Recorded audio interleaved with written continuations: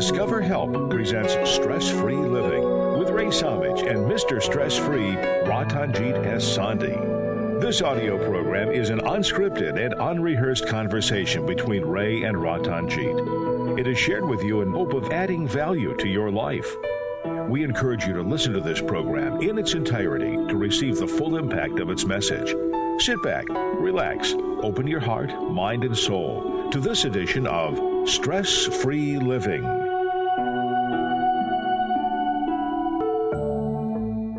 Welcome to Stress-Free Living. It's wonderful to have you with us here today. Thank you so much for joining us. I'm Ray Samich, and I'd like to introduce all of you to my longtime radio colleague, co-host of our show, and my spiritual brother, Ratanjit Sandhi. Ratanjit, how are you today? Wonderful, Ray. How are you? Excellent. Thank you. Surrounded here by so many of our friends, our Zoom guests that we're able to interact with during the show, and knowing that you are out there, however you may be listening or viewing us, whether it's live, whether it's on one of our pre-recorded shows that hopefully will continue to be out there on YouTube long after Ratanjit, you and I may not even be here in our physical presence anymore, but these shows hopefully will be carrying on for years to come, and people can still be motivated, inspired by them in some way, and hopefully de-stressed, because that's what's so important, I know, to both of us, that we live every day under such stresses because we don't operate as we should. You used to give an example quite a bit that you haven't shared lately for some of our newer regular listeners here, is about cars being designed to go forward. And you always say, you have a reverse gear to back out of the driveway or maybe to back out of a parking spot, but you would never think of going in reverse from Ohio to California. And yet that's seemingly how many of us operate. We do it in a different way than we were designed to do, right? Absolutely. Nobody told us how we are designed to operate. That's why our education system doesn't tell us. Education is incomplete and defective. It basically gives us the tools to do things, but really doesn't tell us who we are and what we are supposed to do. What is our purpose? So we've done a whole series of shows on education, which is a good reminder of, if anybody wants to catch some of that information that's available for you out there on our Stress-Free Living radio channel on YouTube. Today, let's talk about an area that does give a lot of people stress, Ratanjit. They form a friendship, and of course, that should have so many benefits of having a friend, somebody to count on, somebody to share your thoughts with, your days with, your passions with, your dreams with, your sad points, low points with. A friend is, everybody knows the tremendous value of having a friend. And then we have a problem with that friend. For whatever reason, something doesn't go right and that friendship is strained.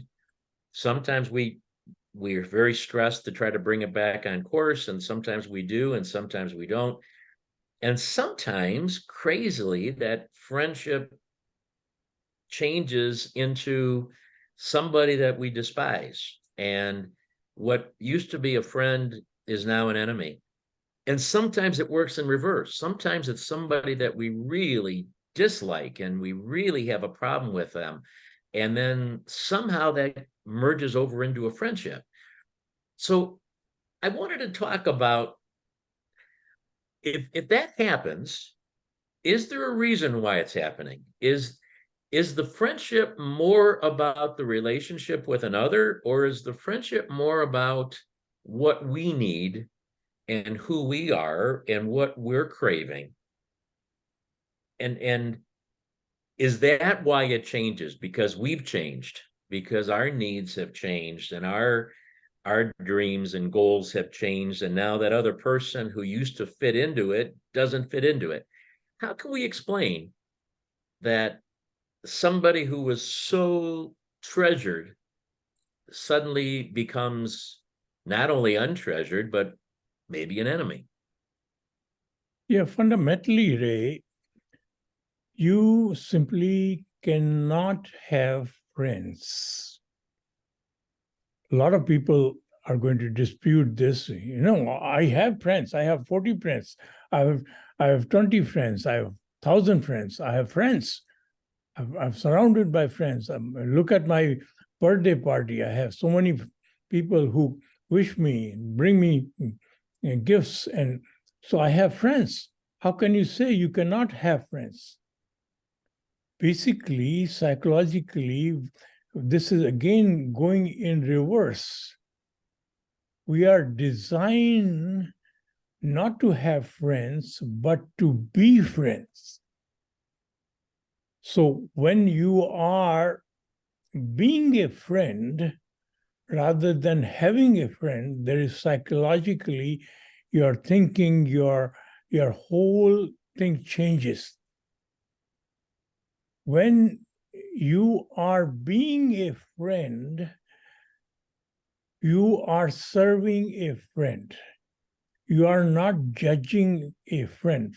Friendship basically based on not judging, based on helping, based on coming in the difficult time, based on making sure they are taken care of.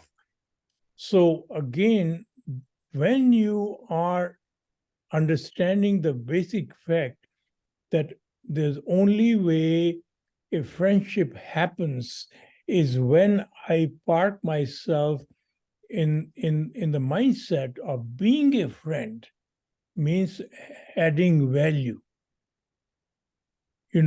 Typically our friendship starts with, okay, this person is rich, or this person is very kind, or this person is having a bigger house, or this person has bigger title, so we try to befriend them. Basically, it is our need addressed by our friend, and eventually we do things. We take food for them. We take so many things, and they begin to like us because we do good things, and each of us become a friend. Basically, it is all begin with your adding value. Or similarly, if you are in a higher position, if somebody finds something beneficial by being a friend, so they come forward to do good things for you, and you consider them as friends. So friendship basically starts with a selfish motive. No? You're smiling. I'm not disagreeing. I'm smirking a little bit, I guess, because sometimes we try to avoid controversial topics here so that we don't turn people off. But I think we've stumbled on one here today that people will be angry with, because we're kind of attacking the most beloved treasure we have of friendship in some ways. Where, I mean, everybody says, oh, there's friendship and love, that's wonderful. And in some ways, friendship is even better than love, because it doesn't have contracts, and it doesn't have commitments, and all these kind of things. It's just there. My friendship is, this person has been my friend for 50 years, and we would take a bullet for each other. We love each other so much, but it's a friendship. It's so meaningful. And right now, the way, even that terminology, you can't have a friend, you can only be a friend, suddenly changes the whole way you look at a friendship. Because in that change of one word, it's almost like I can't own a friend now. If I have one, I kind of own one. If I have one now, it's with an expectation that they're going to do this, this, and this, because as a friend, you should do this, this, and this for me. But now, if I am being a friend, I am taking all the responsibility and all the expectation on me.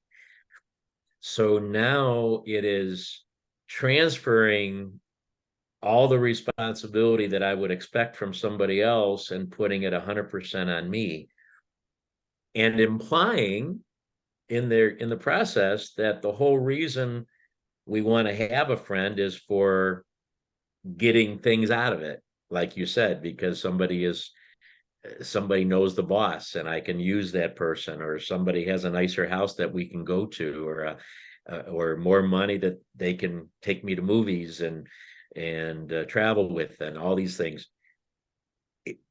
We're kind of attacking a very valued treasure here in friendship. No, basically, in our lifetime, all our relationships are based on give and take. That's supposed to be good. Your relationship is give and take. So even the person we love dearly, our spouse, is all based on give and take. And give and take is a business. In business deals, you give a product, you get money. So similarly, all our relationships, can you have a relationship is only one-sided, which is only taking or only giving? You eventually say, I have been only giving, and this person never really responds. This person never really thanks me, let alone doesn't even recognize my all these things. And if this person only notices the bad things about you in spite of the fact that you do good things, the friendship converts into a animosity. Right. Look at the relationship, which is supposed to be the closest relationship, the spouse. We marry a person, we take the vows to remain with each other, and eventually all the marriages are broken by constant nagging. It's known, and you are trying to correct your spouse. You are always trying to catch the spouse doing the wrong things, and eventually this relationship gets converted into animosity. And you have the worst enemies are the people who were your spouses. They hate each other. They do anything to basically derail you, to punish you. So this is all based on give and take. And people are going to say, Ratanjit, come on. Friendship is all about give and take. We are friends. A friend is supposed to do good things for me when I'm in difficulty. They are supposed to help me, and when they are in difficulty, I'm supposed to help you. Right. Them, right? This is how the friendship is. Yeah. Right? That is why all those friendships are conditional. They are not unconditional. And the real friendship, which happens by doing something for somebody, and if that is not inspiring you, making you feel better by doing something unconditionally for somebody, you are not in a position to have friends. You are not a friendship material, right? So I want to elaborate. Maybe we don't need to because you've already laid it out so perfectly well, but I just want to elaborate just a little bit more on it.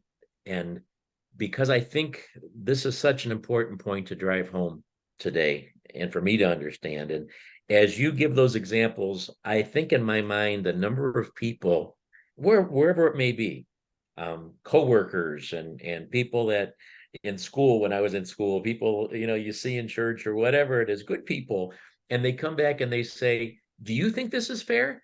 I called her, and I was there when her mother was very sick, and I was helping her, and now she doesn't call me anymore. Now this, I thought we had such a valued relationship, and I asked her for one little thing. I've done this and this and this, and I just asked her for one thing, and she wouldn't do it, or he wouldn't do it. And just it's now that you kind of lay this out, I remember all of these quick conversations with people, and they pretty much all say different words, but they're saying the same thing. This wasn't fair. Do you think this was fair? They would ask me that. Do you think this is fair? Shouldn't they act differently? So, and even in people, when they have come to me when they are having marriage difficulties, that same line of thought comes in. I've done this and this, and yet they can't even do this for me. They won't even allow me to do this. I let her do this, and she won't let me do this, or whatever it is. Is that just part of, I guess, as long as we're operating in the human mode, is that what we're going to do? We're always going to be judgmental that way. We're always going to put everything on a scale of what I'm getting and what I'm giving. And if the conditions aren't met, then I'm not only stressed, but I'm maybe out of here. Before we go there, we have to clarify that some of our listeners must be thinking that I don't expect anything from this person, and we talk to each other and we don't give anything. Basically, in the give and take also comes, if I can call somebody who can listen to my garbage enough time, he's or she is my friend. So friends are supposed to be a good listener, and we listen to each other's nonsense, and because they are my friends. And Right. basically, again, it is give and take. It's not give and take only from the material side, but if your emotions are satisfied, if your needs are satisfied by somebody, you call that person a friend. And again, unless we realize in this is all coming from our needs dictated by our human body mode. We are fear-filled, we are insecure, we need things, we have ego, we need somebody to satisfy these things. When we old friends, we sit down, we talk about all these nonsensical old times, which doesn't add any value. And because it satisfies our egoic needs, our insecurity, our fulfillment, and we call it friends. And they're basically waste time together. Right? I need to share with our audience that today's show was inspired by one of our regular Zoom guests, who is a brilliant professor and writes all kinds of papers and does all kinds of presentations. And he was talking about the psychology of hate, which is a very well-researched topic. And that inspired us to think about friends and enemies. And I must say, a lot of the words you just used, talking about friends and enemies, relate to that psychology of hate. And what's intriguing about that, for people that aren't real familiar with that, and I urge them to look it up because it's really fascinating, is that most of the hatred comes because of us and our needs and our desires for fulfillment, not necessarily the person who we are hating. It almost all the time comes from us, not because of somebody else. And so it is so relevant, I think, to this conversation about friends and enemies. And it's just a microcosm, though, maybe, of our human life. because we do go through life looking for things that benefit us, right? It's meeting what we deserve, what we are entitled to, what we desire, what we want, what we've dreamt about, fulfilling our expectations. And I think part of the craziness of today's world is that we really feel, I think I've seen the evolution even in the last 6 decades that I've been around, that we are entitled to it. Darn it. I mean, we deserve this. I deserve this. I'm entitled to this. It's what I want, and I'm only here for a short while, and I'm going to get what I want. And it doesn't matter if you're not going to give me what I want, then get out of my way. And I think for whatever reason, and maybe that's what will come back after the break, I just see that more prevalent today in what I would call the younger generations that are coming through, in terms of really being self-centered, really being more about what is in it for me. And not only to the point of saying I want that, but to be intolerant of anything that's outside of that. So why don't you think about that a little bit, see if you agree with me, or maybe it's always been that way, but I'm just seeing that it's a little, in my mind, a little more common than it used to be. We'll come back, because I think these do cause stress. They cause stress when we see it in others, but they really cause stress when we see it in us. We'll come back and talk about that. This is Stress Free Living. Please stay with us. All right, we have 90 seconds. Any quick thoughts from anybody? We'd love to hear from you.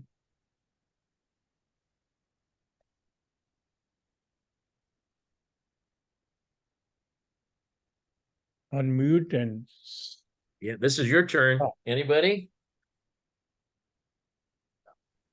Hello. Yeah, we can talk about even the hate between the communities, because that is a topic which is going on at this moment as in Israel. So where that friendship between sometimes it is created and hate is created by the people. So something, maybe I'm not able to put the right words, but I think you might have understood what I want to say. Sometimes politicians try to create friendship and politicians try to create, creation is not the individual, it is created by other people. Think I get the idea? Yes, thank you. Thank you, Doctor. Anybody else? We have a few seconds left. Anybody have a question that you'd like me to ask? Paramji, having any feedback? I think both of you are articulating such deep and meaningful perspectives. At this point, I have nothing to add. Thank you. Thank you. A vote of confidence. I needed that. My ego needed that. Yeah, that means we are not making much sense. He's polite. We've left everybody speechless or sleeping, one of the two. Okay, we're back.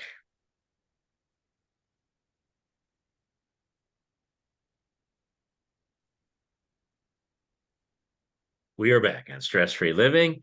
Ratanjit Sandhi, yours truly, Ray Samish, with you. Thanks so much for being with us, talking about friends and enemies, the psychology of hate, what we really need in our lives, what we expect in our lives, the fact that we kind of view so much as a contract. I have to do a little sidebar on that, Ratanjit, because you introduced that thought to me personally, I don't know, maybe 20 years ago for the first time. And I have tried to use that in every wedding card that I have written for every wedding that I've attended since then, because I've mentioned in there as delicately as I could, because people are reading this 2 days after they get married, that so many marriages are based on contracts and on judging what they're getting in return.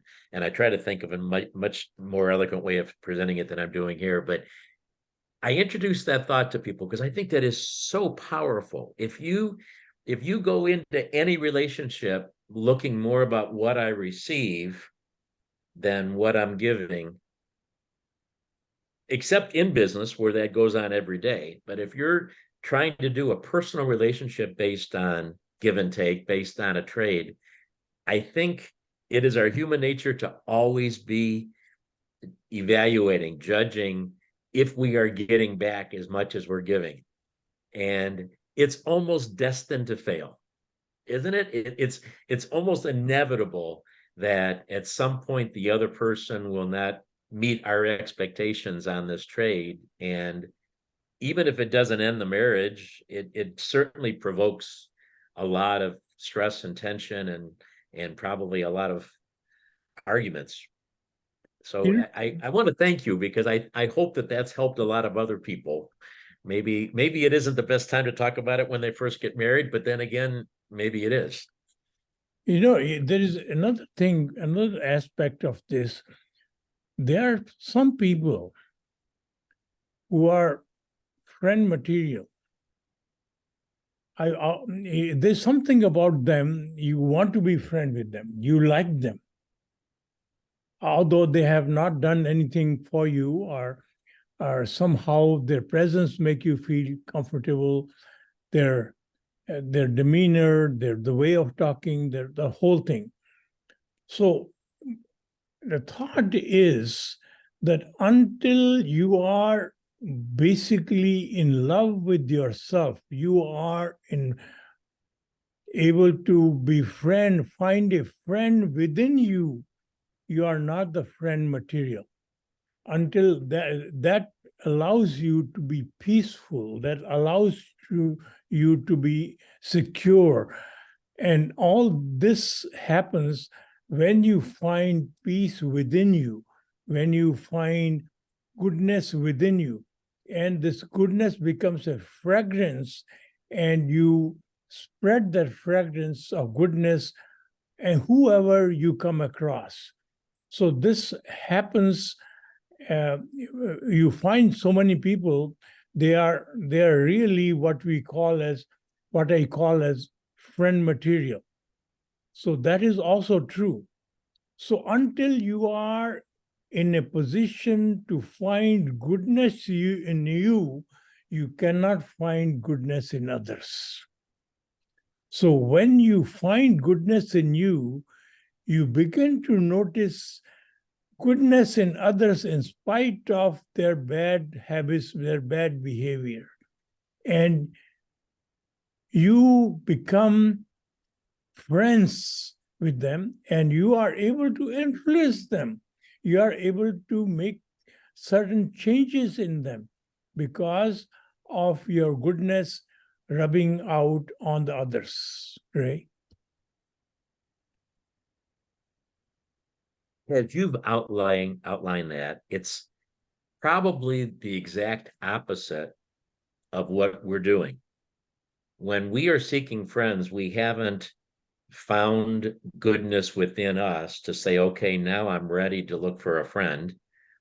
We've gone out to look for a friend when there's been an absence of something within us, when the need is greater than ever, when there's something lacking, that I am probably going out to find a friend to help me to fill that.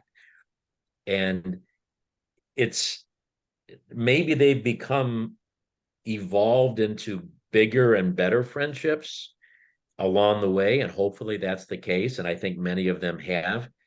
But what started as a friendship probably was because I had a lack of something. And again, going back to the psychology of hate, there was a fear of being alone. I don't want to be alone, so I'm going to find somebody so that I'm not alone. Because boy, it'd be terrible if I'm the only person on the earth without a friend. So I need to find a friend so I'm not alone. And that person looks like they're alone, so that might be an easy person because then they could be my friend. So loneliness, you have to understand, loneliness is, people say, I don't have friends, I don't have, you become very lonely, you become very depressed. Loneliness is never because of lack of friends around you. Loneliness is always because of lack of love within you. If you have the love within you and you are able to exude love, you become the fragrance of love. Love, if you are present in a room, the love exudes out of you in your eyes, in your smile, in your behavior. Love is not saying, I love you. Love is a fragrance. Love is a basically a demeanor which you have.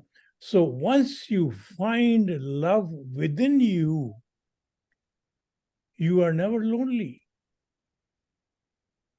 Otherwise, you're always going to be lonely because you are going to, oh, I don't have friends here.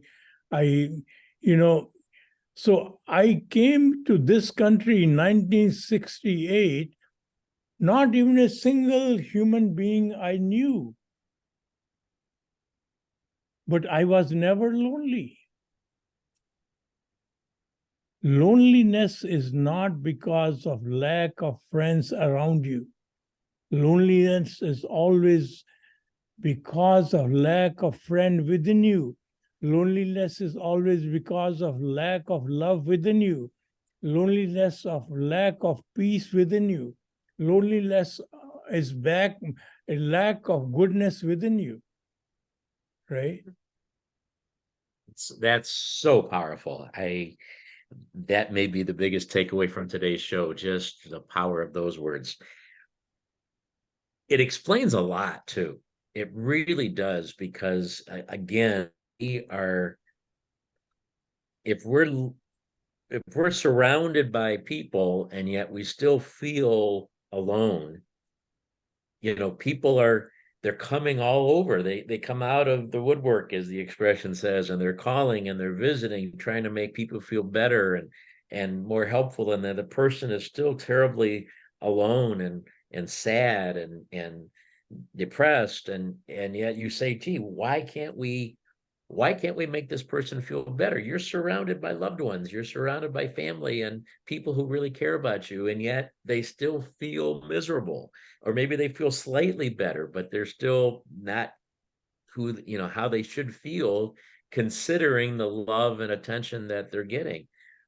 And that explains it, I guess. If they can't come out of that themselves and feel the love within them. So relating to the topic here,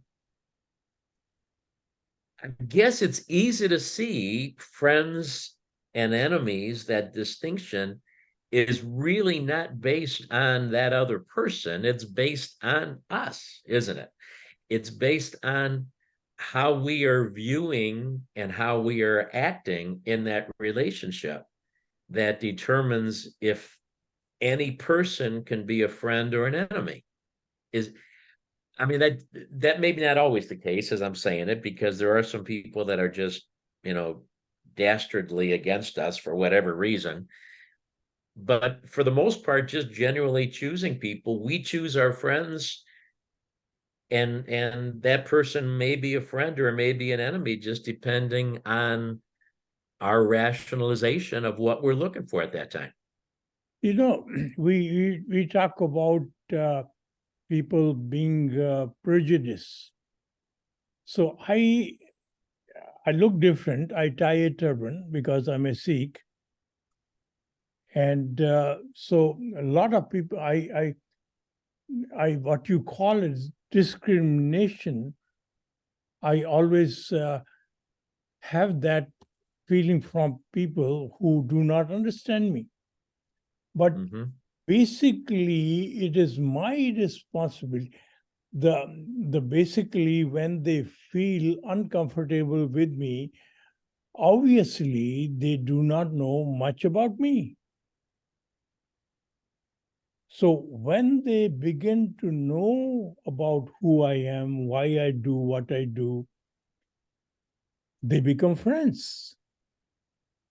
So it is not the prejudice. You cannot control, regulate the prejudice by law. You can only control and eliminate the prejudice by love and care, and by sharing, by educating, by making them understand why you do what you do. And as a result, I was in business for a while, and for 34 years, and many customers refused to see me. So I did not file a complaint. I systematically, slowly, cautiously educated them. Once I did that, they became my best customers. So it is all depends on, when I see other person, I have to love them. I have to like them. There are two aspects of every human being. They have certain habits, and they have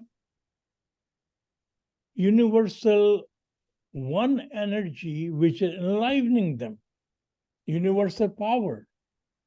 So if you focus on the universal power which you love in them, you can change their habits. Habits can be good or bad. We judge people by their habits, whereas we can change them. The computer spills out garbage depends on the garbage we put into it. So if we change the good information into the computer, it gives us good information. So similarly, a human brain is nothing more than a computer. Until you change the right information in that brain, they are not going to react correctly. They are not going to be kind. They are not going to be, their old habits are going to dictate who they are. But if you love the divine power which is present in each one of them, and it gives you patience to change their habits. You convert every enemy into friends. Otherwise, we keep on fighting these battles and destroying the enemies, but we never do. We produce more enemies, and they continuously, the person who is defeated is going to end up attacking eventually the other person. So basically, we postpone the war, inevitable war. So basically, the best way to destroy an enemy is to convert that into a friend. The only way permanently to destroy an enemy is to convert them into a friend. Right? Obviously, incredibly powerful thought again there.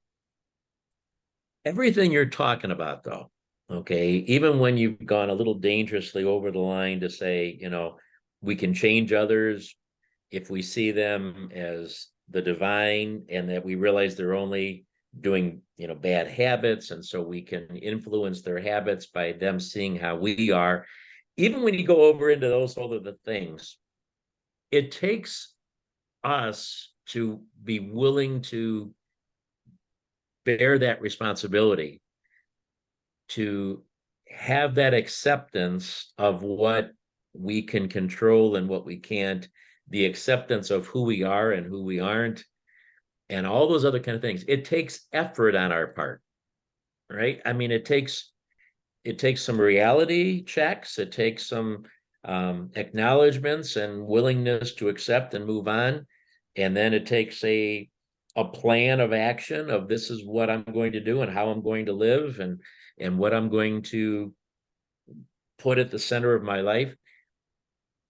again, and I left going into the last break with this, I don't know if enough of us are willing to do that today. And I don't mean to sound defeatist on this, but if we're self-centered as we are, and as I think we're getting worse being, then we're less willing to change. We're less willing to take the responsibility.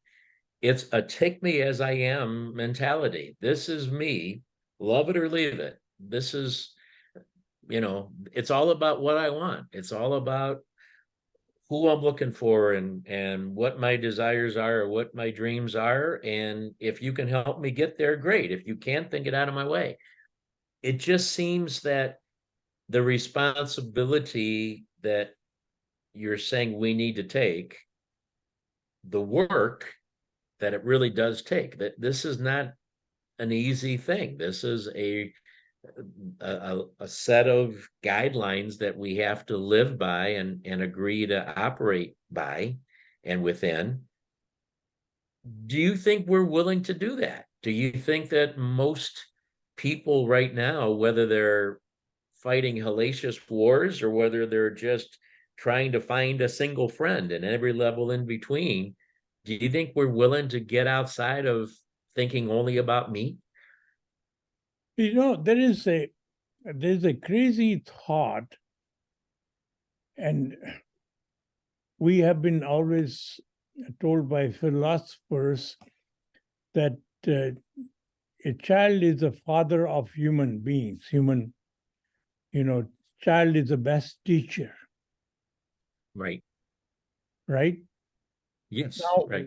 What happens if we change the teaching of the youngsters and make them aware of who they are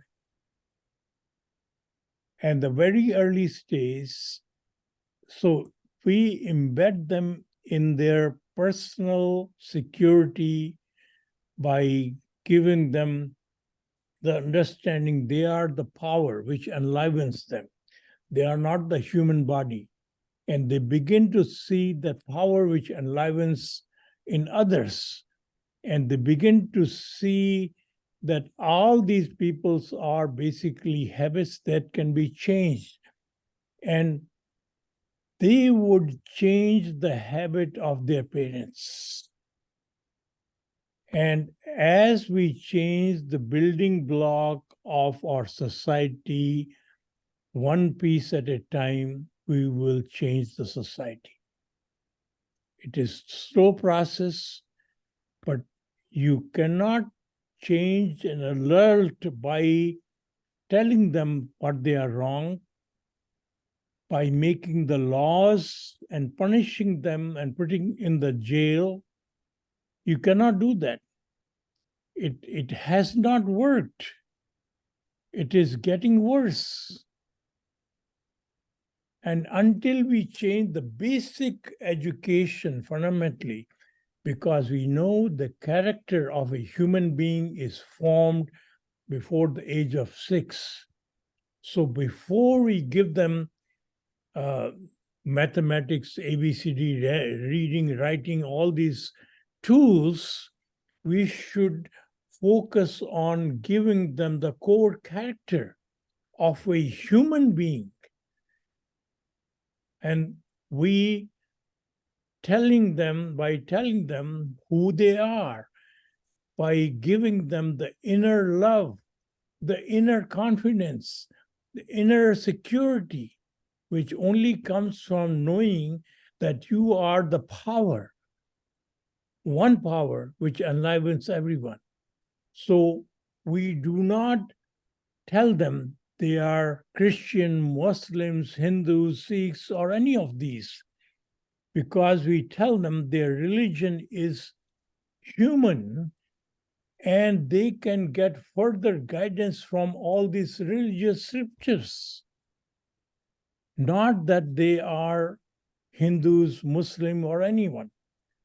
We become Hindu, Muslim, Christian, and Sikhs, but never practice any of the core values. we kill each other, we destroy the human race by our egoic identification of who we are. So this need to change. It is only way to change humanity is by changing the building blocks of human beings, right? Very powerful thoughts, very powerful words here today. You've talked so many times over the years about how our personalities are shaped by the age of 6. And obviously those first 6 years are critical, not disagreeing at all with you. But I think children still, even 7, 8, 9, 10, 11, 12, I think we get more stubborn as we get older. They say you can't teach an old dog new tricks, and it really is truer. As we are older dogs, we're harder and harder to change. So even if we are talking to 8-year-olds and 10-year-olds and 15-year-olds, even if we're talking to 20-year-olds, I think we can make an impression on them with many of these thoughts that you shared, especially this fundamental one today. And so, maybe this is just a call out to parents or grandparents or anybody who's, teachers, anybody who's influencing younger people, is to introduce some of these thoughts. Because we talk every week about all of these ways that we're stressed out and all of these things that are really hurting us personally and accumulatively, and there has to be a better way. And I think you're right. I think it does start with the children. It does start with younger people to introduce these thoughts into their lives when they can still do something with them. We have a few more thoughts. Oh my gosh, we're really late here. We got a quick break and then we'll come back and wrap this show up. Please stay with us. We're not done yet. All right, we will have about 5 minutes when we come back from this next break. That's it. Went really late today. If anybody has a quick thought, please open your mic and share it with us, or a question. The thought that I have is working with children who have been traumatized, and how to begin wherever they are and make a difference with them, while I'm also nurturing the children who came from more stable environments. Thank you, Kim. Anybody else, please? I think what you said, Ray, can we do this? Should we do this? There is no choice but to do this. And there was an article in New York Times that asked the question, when did we become human? And the answer was that around 40,000 years ago, there are signs, 2 different things happened in human race. And one is there were signs of cooperation and signs of innovation. So cooperation is what makes us human. So we somehow have to get there. Now, the journey is arduous, but to the extent that some groups of human beings cooperate better than others, we can see that they prosper better than others. Thank you. Thank you. Very good. Thank you. Thank you. Time for one more question or thought? We'll try to introduce as much of this as we can into the closing minutes. All right. I got 10 seconds. Nothing else. Please stick around after the show. If you don't have to leave, we'd love to stay on with you and hear what you thought of today's program.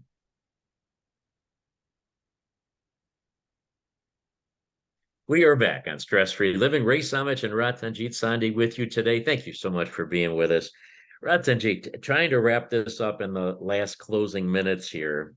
We got a couple of comments, questions. I want to start with a question.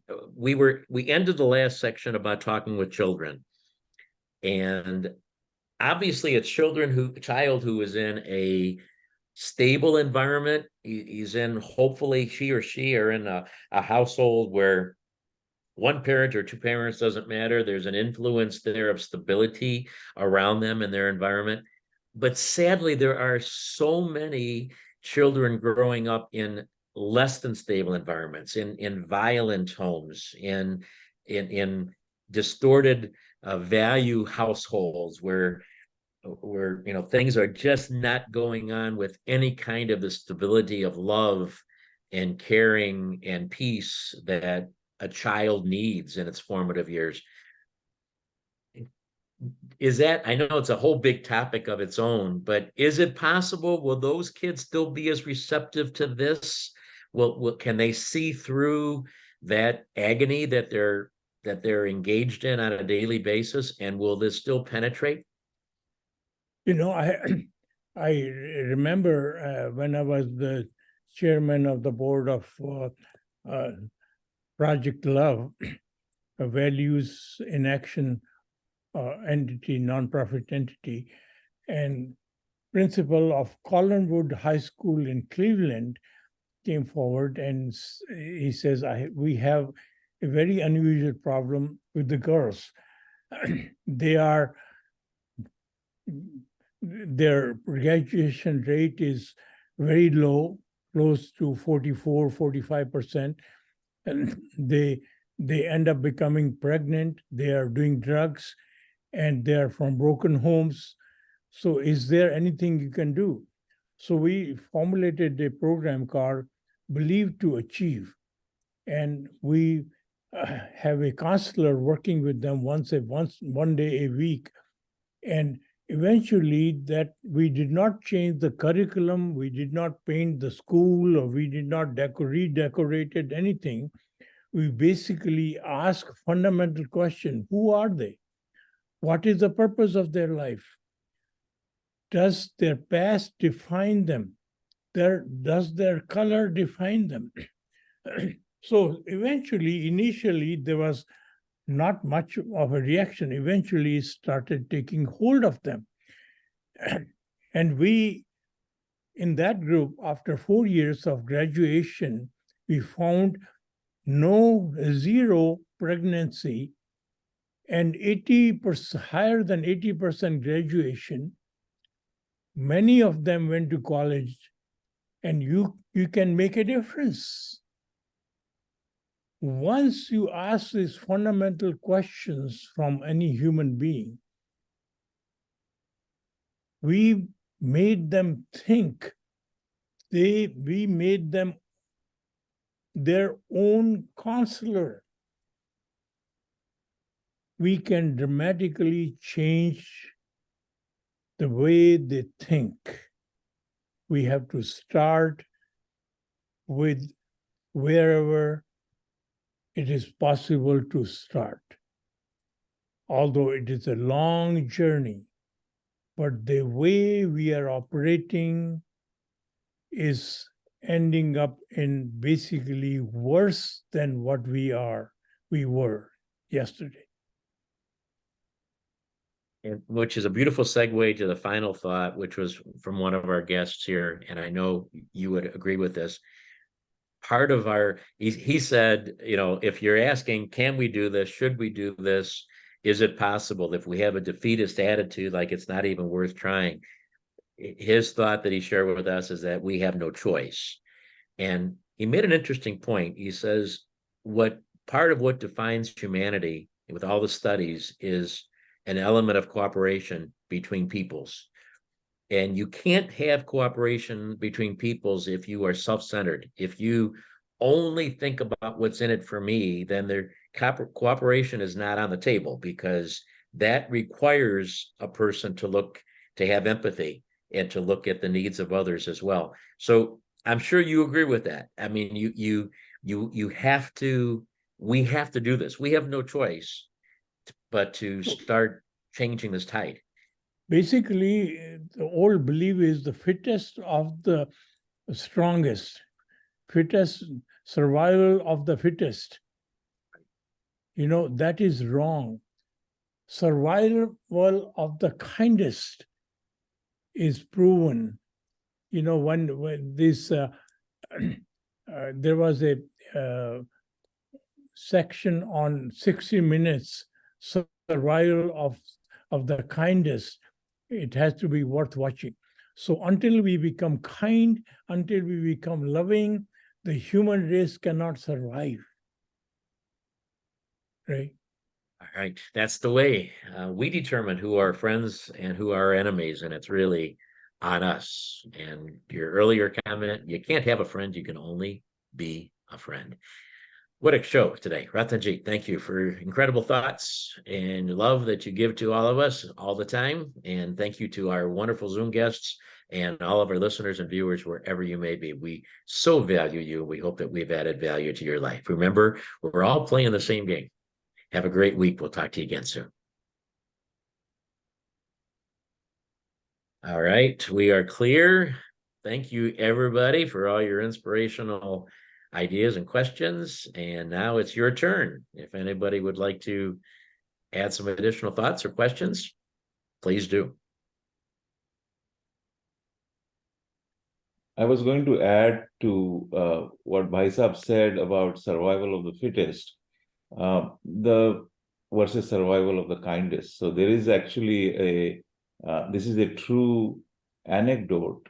I think Bhaisab knows this. This was discussed in Project Love.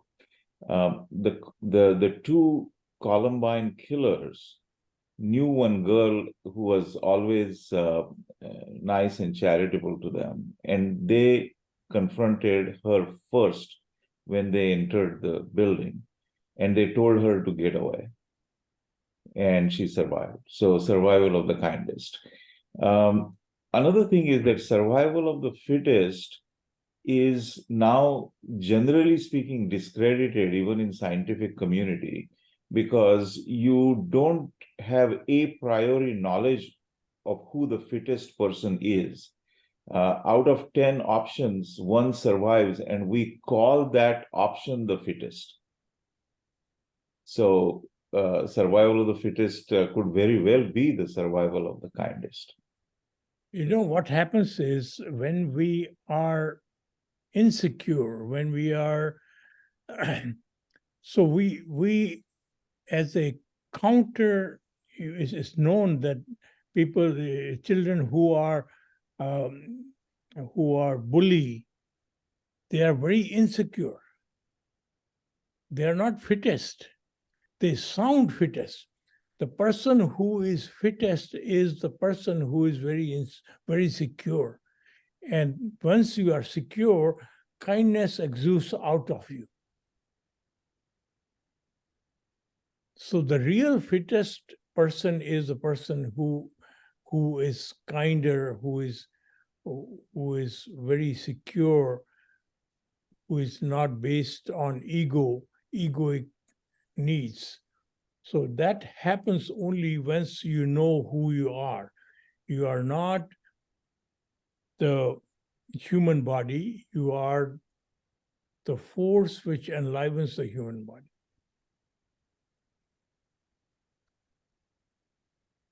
I mean, at our core, I mean, if you go back in thousands of years, it was the fittest, meaning the strongest. Okay, I mean, the story of David and Goliath. Okay, I mean that mountain of a man, if you will, was in charge. I mean, the bully of the past was usually the strongest. It was the biggest.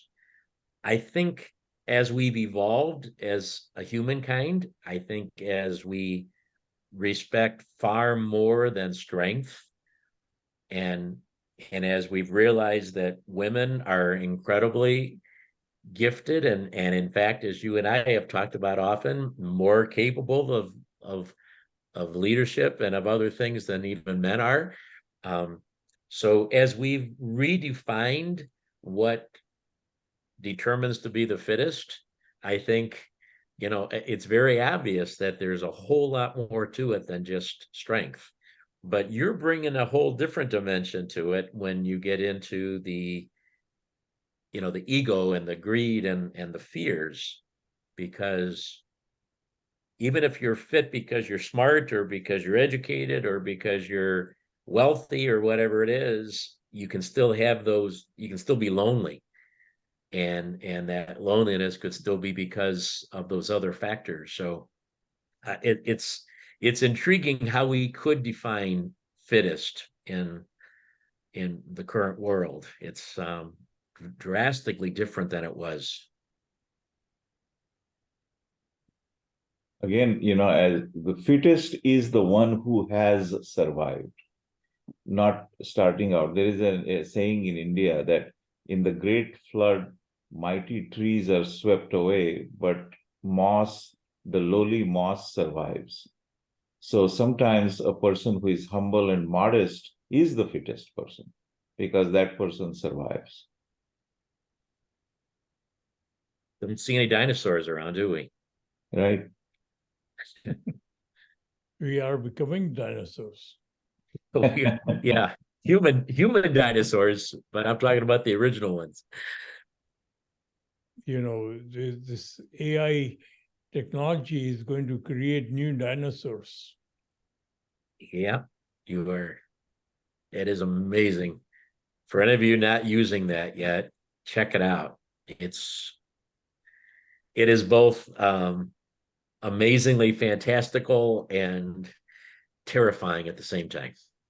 It all depends on who has the AI. Right. If a knife is given to a robber, he's going to rob. And if the knife is given to a surgeon, he's going to save life.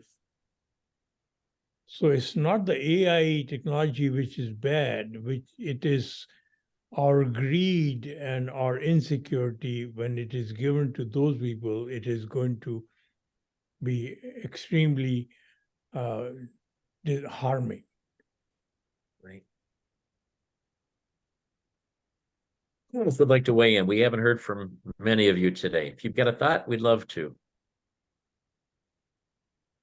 I mean, I just wanted to say thank you. I think this session was very powerful. Like, I'm already looking forward to listening to it again and taking notes. I would also love to learn more about Project Love and how you guys introduced these concepts of who we are and what our purpose is to young children in a way that's not related to any religion. I think that's something that I would personally love to learn more about in terms of the curriculum. But just expressing my gratitude, I thought today was very powerful. I would like to share a personal story, which many of you have already heard. I was 6 or 7 years old, and I come from school and brought a big trophy. And it was some competition, and I was given the trophy. And I told my mother, I was the first. So my mother hugged me, and so he said, what I said, what my principal told me, that one day I'm going to make a name for myself. So my mother smiled and put me in her lap, and she says, before you can make a name for yourself, don't you have to know your name? I said, I know my name. My name is Ratanjit. So no, because I did not know your name, I called you that because I didn't want the neighbor's boys to show up for dinner when I called you for dinner. I don't know your name. So I said, what is my name? So you have to find out your real name. It may take you a lifetime to find out your real name. So I never forgot that. So some of the things, instead of answering all the questions, you plant the right questions in the children, and that will formulate their character.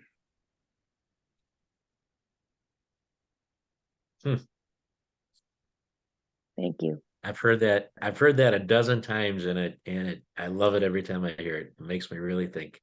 Can you share some of that information? It is, I'm trying to think of the name of the gentleman that was running that after you kind of stepped aside. Is that available?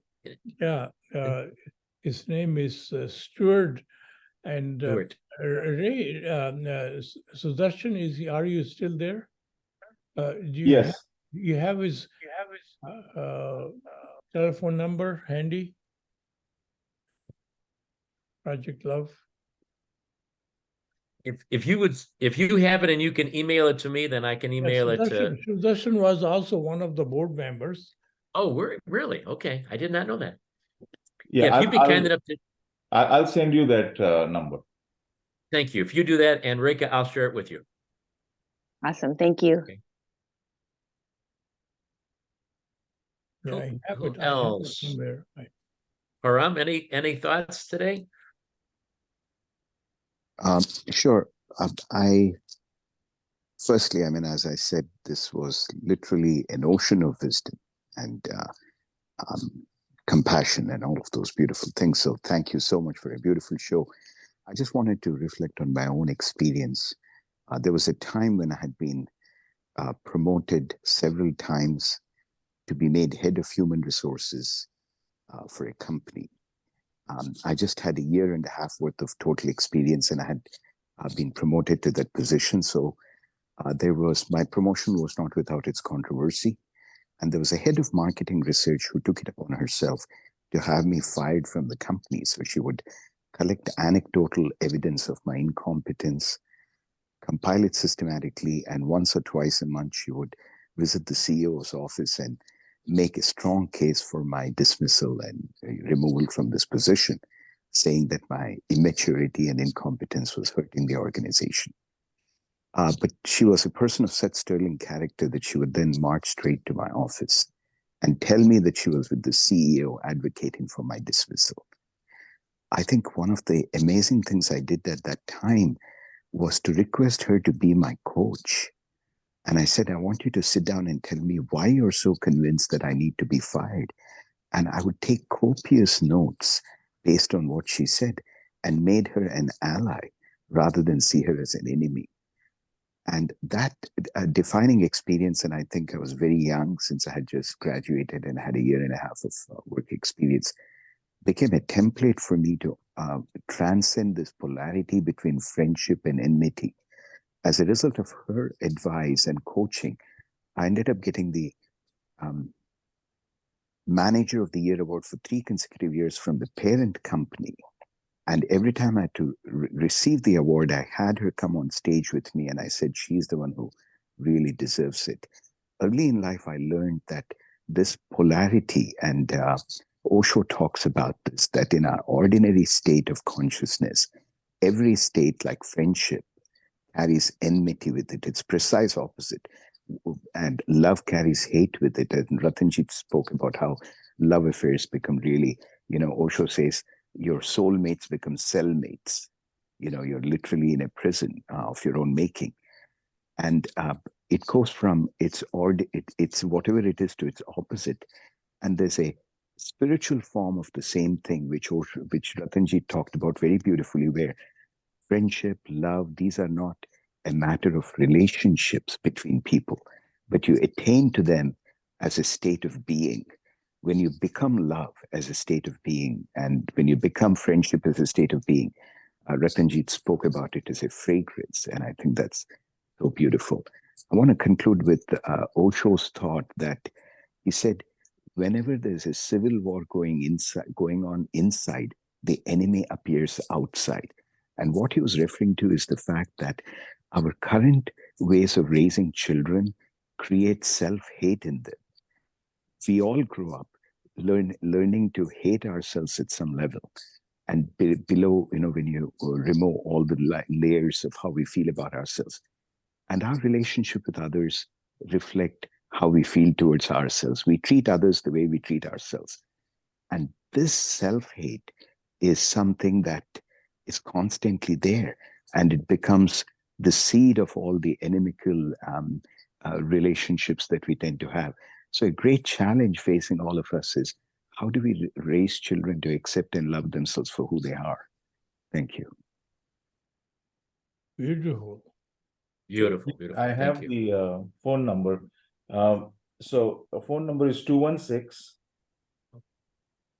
If you want to write this down. Yep. 216-650-0463, 216-650-0463, and the email is Stuart, Stuart M from Musinski, Stuart M at projectlove.org, Project Love, one word, Stuart M at projectlove.org. Awesome. Thank you. Would love to hear from you. They're always looking for people to come in and contribute.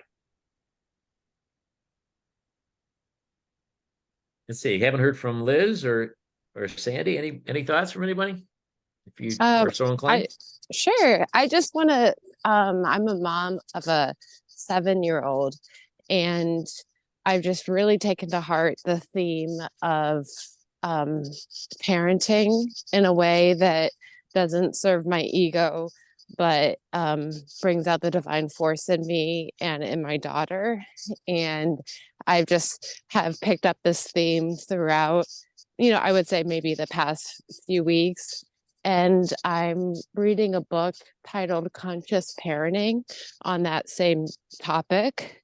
And so just sharing that as a resource to people as I'm trying to understand this more deeply and model how I can bring out my daughter's divine force and love her for her spirit and not have it be for my ego. So just wanted to share that resource to people, and thank you, because I really feel like it's making a difference in my relationship with my daughter. I just want to take Thank a you, moment to support her comment. I've read that book. It's a beautiful book. It's an excellent Christmas gift. Conscious Parenting, Shefali Sabari. She also has a few other books that came out, which are also very good. There are a lot of YouTube videos she has. I think she does an amazing job of speaking about parenting as a spiritual enterprise. Thank you so much for bringing up that book. Oh, you're welcome. Yeah, I actually read it. It was given to me when she was born, and I don't think I really understood it. So I think that just speaks to my own spiritual evolution, that this gift that you all are giving me with these Zoom calls that I just started participating in. I'm just so grateful for them, because it's really seeping in things that I've been trying to learn for a long time. So thank you so much. Thank you for being with us. Sandy, we see your face. You're working yes. out again. Yes. Thank you for the program today. It was a great reminder of sometimes how we believe that we are great friends, which, I think for the most part we do through love, but at the same time, there is a component of ego that does get involved where, it's always, it's almost for us as well as much as it is for the other person. And being able to separate the balance or weigh scale of who's done what for one another is important to realize that it actually exists in a friendship. And how do you move from that sort of weigh scale to unconditional friendship or love, which is very difficult. I know that I was once in presence of a saint who was speaking in a room, and he mentioned and asked, do we love our kids unconditionally? And, at least I put up my hands and I could say from the bottom of my heart that I love them unconditionally.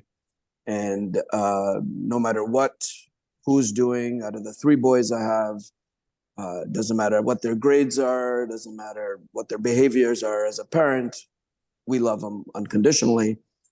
And today's session reminded me of that discussion that we had with a great spiritual master, who then said, well, what I hear each person saying is that I unconditionally love my child. And he said, well, the biggest condition, Sandy, you're putting up there is the fact that it's your child. So you do love them on condition that that's your child. So today's session brought me back to that, and a reminder of we do have this weigh scale that we look at, and sometimes it's important to get beyond it.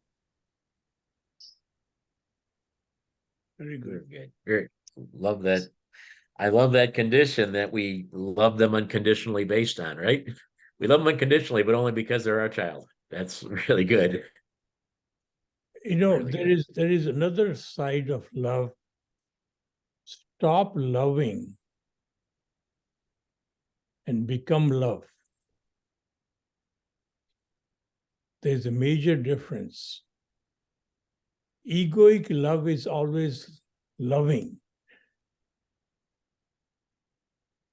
Ego-less love is becoming love. When you become love, love exudes out of you. Again, it's a fragrance which comes out of you.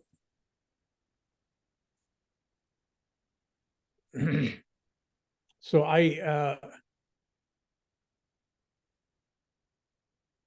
again, this thought process is not possible if you remain parked in the human body mode.